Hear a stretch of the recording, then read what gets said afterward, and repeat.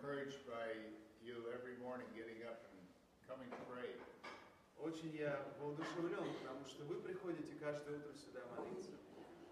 So may we continue even after the conference is over. И очень надеюсь, что когда закончится конференция, вот эта утренняя молитва, она станет частью вашей жизни постоянно. A couple of questions as we turn to Luke chapter 22. Я хочу задать вам пару вопросов. Пока мы открываем 22 главу Евангелия от Луки. Is spiritual warfare real? Как вы думаете, реальна ли духовная война? Yes. Does Satan have unlimited power? Есть ли у сатаны безграничная сила? No. Is it possible for our faith to lapse? Возможно ли, чтобы наша вера, она приткнулась?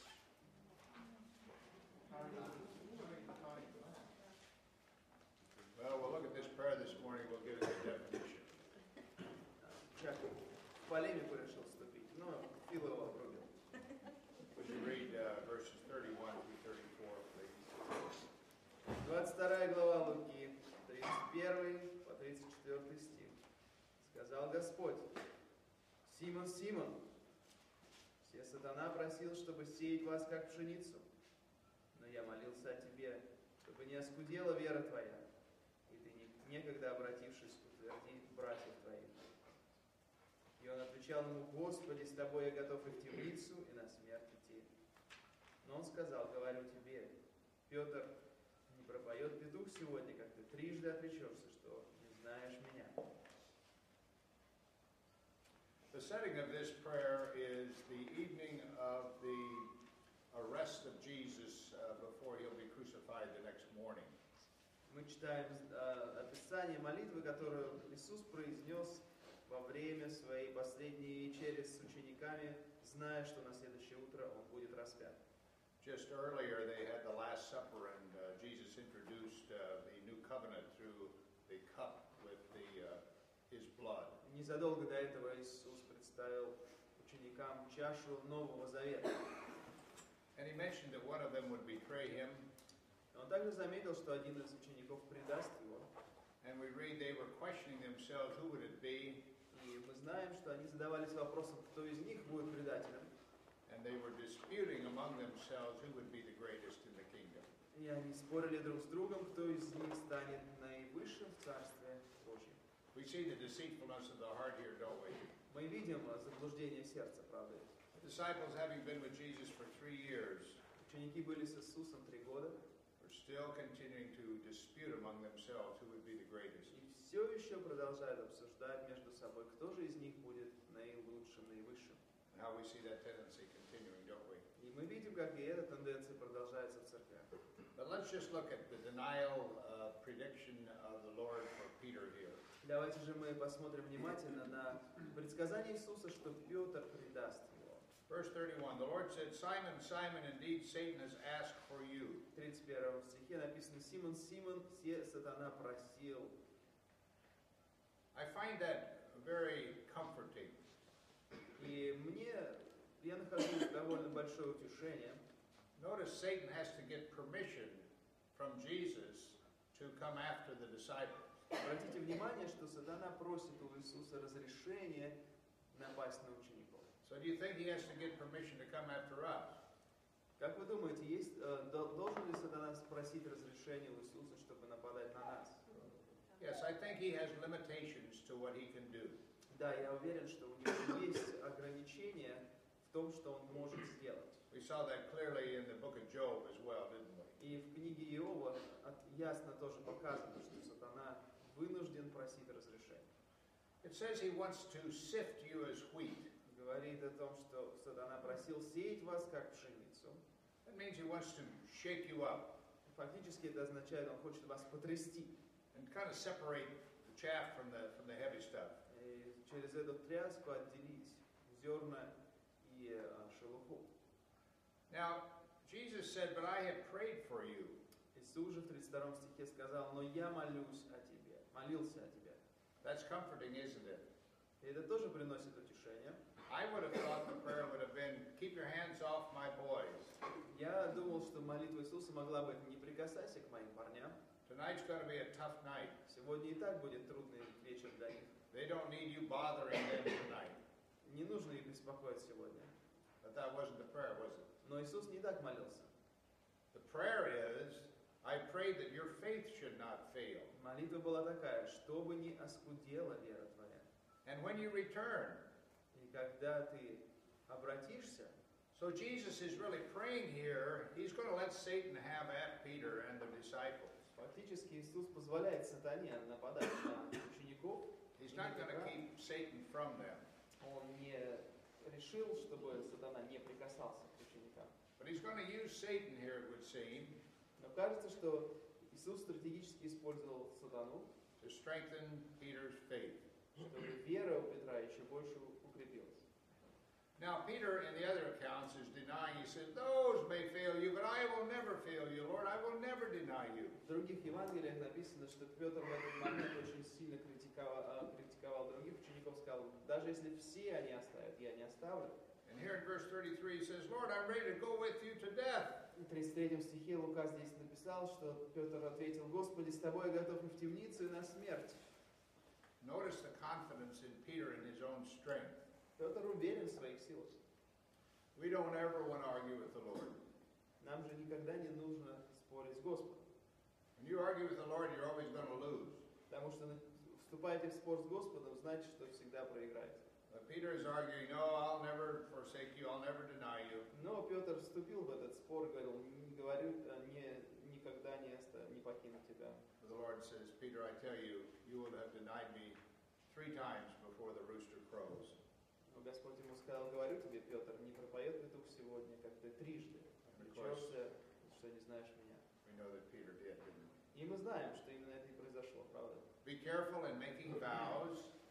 Будьте осторожны в клятвах, based on your own strength. Когда вы клянетесь, основываясь на своих силах. And our own strength will always fail. Потому что наши силы всегда предадут нас. So, the point I want to show you here, or want to show us here, is that Satan is real. Итак, я хочу обратить наше внимание, что сатана реален. He has to get permission. Ему нужно просить разрешения. He is a created being, created by Christ himself. И он был создан самим Господом. So it's not that they're equal in power at all. Они не равны в силах. Jesus is everything. Иисус все во всем. Satan is way, way down here. А сатана, он там внизу. But is he powerful compared to us? Но есть он сильнее, чем мы. Yes. We don't want to ever tangle, mess, or get involved with Satan. Нам никогда не нужно самим пытаться справиться с сатаной. He's committed to only one thing, and that's to destroy us. У него есть только одна цель – это разрушать нас. Now we want to move on down to the prayer in the garden, and would you please read 39 through 46? И сейчас мы хотим продолжить читать молитву в Гефсиманском саду, 39-46 стих. «И выйдя, пошел по обыкновению на гору Элеонскую, и последовали ученики его. Придя же на место, сказал им: молитесь, чтобы не впасть в искушение. И сам отошел от них на вержение камня и, преклонив колени, молился, говоря: Отче, о, если бы ты благоволил пронести чашу сию мимо меня, впрочем, не моя воля, но твоя да будет. Явился же ему ангел с небес и укреплял его. И, находясь в борении, прилежнее молился, и был пот его, как капли крови, падающие на землю. Встав от молитвы, он пришел к ученикам и нашел их спящими от печали. И сказал им: что вы спите? Встаньте и молитесь, чтобы не впасть в искушение». So we see this prayer is really a profound prayer. И мы видим, что эта молитва, она очень ясная такая, понятная. It gives us an account of our Lord praying at probably the most difficult time in his life here on earth as a man. Эта молитва показана в тот момент, или произнесена в тот момент, когда Господь, наверное, самое трудное время на земле переживал, как в облике человеческом.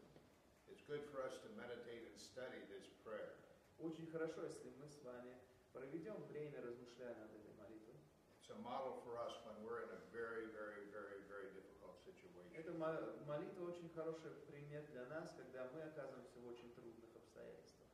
Notice he's with the 11 disciples in the Garden of Gethsemane. Он находится с 11 учениками в Гефсиманском саду. He takes 3 of them, Peter, James, and John, away from the others with him. Троих, Петра, Якова и Иоанна, он берет с собой. These were the same 3 that he took to the Mount of Transfiguration. Это те самые трое, которых он взял на гору Преображения. And he's kind of surrounding himself here with his closest friends, it would seem. Он взял самых близких своих друзей. He mentions to them, pray that you may not enter into temptation. Он сказал, молитесь, чтобы вам не впасть в искушение. Notice how important that is. И обратите внимание, насколько это важно. He's going to say it again a little bit later. Чуть позднее он тоже скажет то же. We're all tempted. Мы все искушаемы. Even Jesus was tempted. Даже сам Иисус был искушаем. The temptation is not sin, is it? Но искушение само по себе еще не грех. It's the yielding to temptation that's the sin. А когда мы поддаемся искушению, тогда мы грешим. How do you keep from yielding to temptation? Как сохранить себя, чтобы не впасть в искушение? Well, Jesus says pray, right? Иисус сказал, молитесь. Pray that you may not enter into temptation. Молитесь, чтобы не впасть вам в искушение. Excellent for us to remember that. И нам очень важно помнить это. Now, notice when it really gets tough, he goes alone and prays in verse 41. В 41 стихе написано, что когда было совсем трудно, он пошел молиться один. Here it says he kneels down. Здесь говорится, что он поверг себя на колени. In the other accounts, one says he's on his face. В других Евангелиях написано, что он пал на лицо свое. And another says he's basically prostrate. А в других Евангелиях упоминается, что он буквально растянулся на камне. A position of total humility. То есть положение полного бессилия, полного смирения. He's going to be in total submission to the Father. Он будет послушен Отцу до конца. And notice in verse 42, he states his will first. В 42 стихе он сначала выражает свое пожелание. But he makes his will subject to the Father's will. Но он подчиняет свою волю воле Отца. He says, if there's any other way, take this cup from me. Если бы ты благоволил пронести чашу сию мимо меня. What do you think that cup was? О какой чаше он говорил? I think it's the whole thing of the cross, right? Я думаю, что он говорил о том, что ему придется перенести на кресте, правда? I believe as Jesus knows all things as God. И я уверен, что Иисус знает все как Бог. But here we see he is really acting as a man. Но здесь мы видим, что он действует как человек. He had to be fully man in his death. Он должен был полностью быть человеком, когда умирал. Because Adam was fully man. Потому что Адам был полностью человеком. We read in Romans 5, because of Adam's sin, В 5 главе Римлянам написано, из-за греха Адама sin and death entered into the world. грех и смерть вошли в мир. But because of one man's righteousness, Но из-за праведности одного написано, Jesus Christ, Иисуса Христа, that was taken away. эта власть греха была с ним покончена. So Jesus is going to bear the full brunt of the pain. Итак, Иисус, он собирается перенести всю боль и страдания. But he's going to bear much more difficulties than that. Но намного больше он собирался перенести, чем вот эта боль физическая. He's going to be rejected by the Father. Он знал, что Отец отвергнет его. Now, when you read Fox's Book of Martyrs, Если у вас будет возможность почитать книгу Фокса о убиенных за веру, or accounts of any believer who dies for the Lord, или запись любого воспоминания о смерти любого за веру, they are always joyful in their death. Выглядит так, что каждый, кто умирает с верой в сердце, он испытывает радость. As they were stoning Stephen to death, Можно вспомнить пример убийства Стефана. his face was like an angel, Лицо его было как у ангела. and he said, I see the Son of God. Он сказал, Standing. вижу Сына Божьего, стоящего одесную силы. But Jesus took our sins on him, Но Иисус, когда брал наши грехи на себя, and because God is holy из-за того, что Бог свят, and cannot commune with sin, и с грехом не может сообщаться, God turned his back on his son. Отец отверг своего Сына.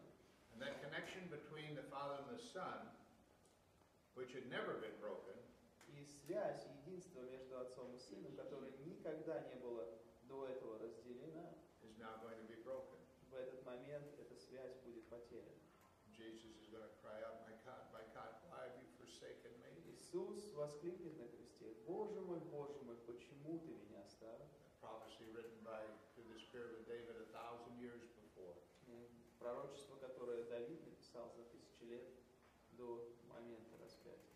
Now, Jesus' prayer is, if it is your will, let this cup pass from me. Nevertheless, not my will, but your be done, will be done. That's the Иисус prayer. говорит, что если ты благоволил пронести чашу сию мимо меня, впрочем, не моя воля, но твоя да будет. Was that prayer answered? Ответил ли Отец на эту молитву? Yes. What was the answer? There's no other way.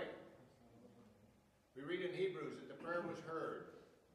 В послании к евреям написано, что была услышана молитва, And the prayer was made with cries and vehement expression. и написано, что он в дни борения своего с молением и воплем вознес это прошение пред Богом. It tells us there's no other way. Написано, что был услышан, и нету другого пути.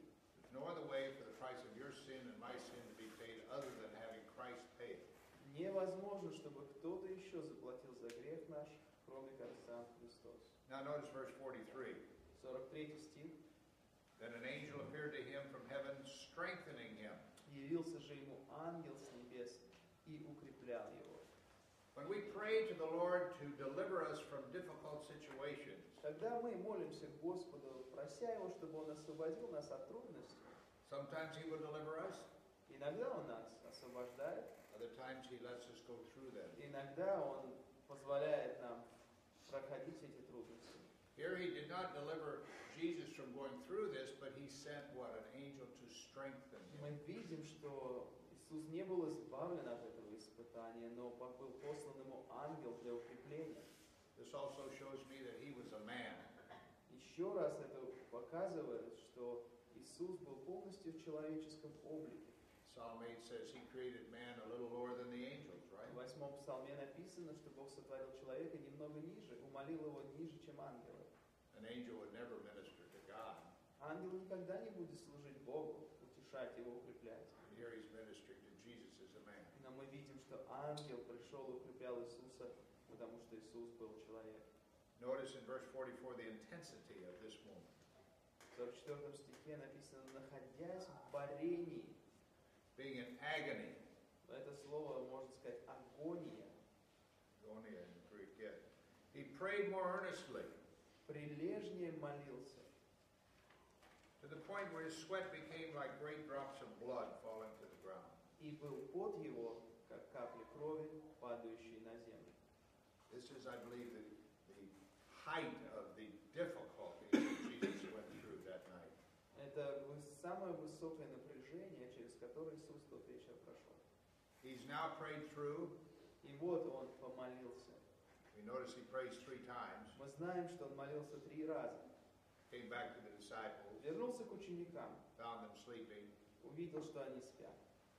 Again, found them sleeping. Пошел снова молиться и тоже, возвратившись, увидел, что они спят. They could not even watch with him for 1 hour. Они не могли даже часа с Ним прободрствовать. Notice how weak we are. Обратите внимание, насколько мы слабы, как люди. His closest friends could not even stay awake to pray with him for 1 hour at such a time. Даже самые близкие не могли с Ним молиться хотя бы час. So this tells me we need him desperately Это показывает мне, насколько мы нуждаемся в Нем. because we are so weak. Мы отчаянно нуждаемся в Нем, потому что слабы. He is so strong. Right? Он же силен. So he now rises up from prayer. И вот он встал от молитвы. The hour has come. He's ready for the arrest. Он был подготовлен к аресту. says, why do you sleep? Он же спросил, что вы спите? Rise and pray, Встаньте и молитесь, lest you enter into temptation. чтобы не впасть в искушение. So that's good for us to remember, right? Нам очень хорошо помнить об этом.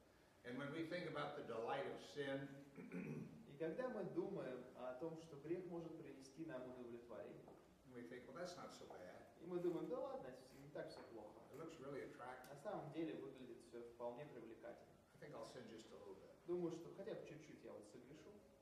Remember Jesus here sweating great drops of blood.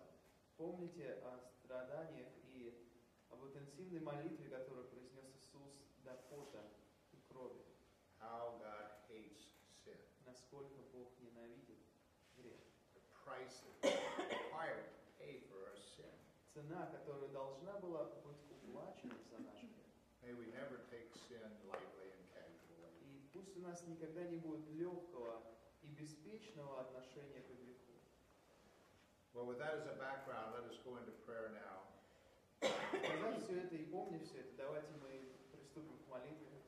Let us pray for a few moments in a group, and then we'll break into small groups. Как обычно, помолимся сначала все вместе, а потом разделимся на малые группы.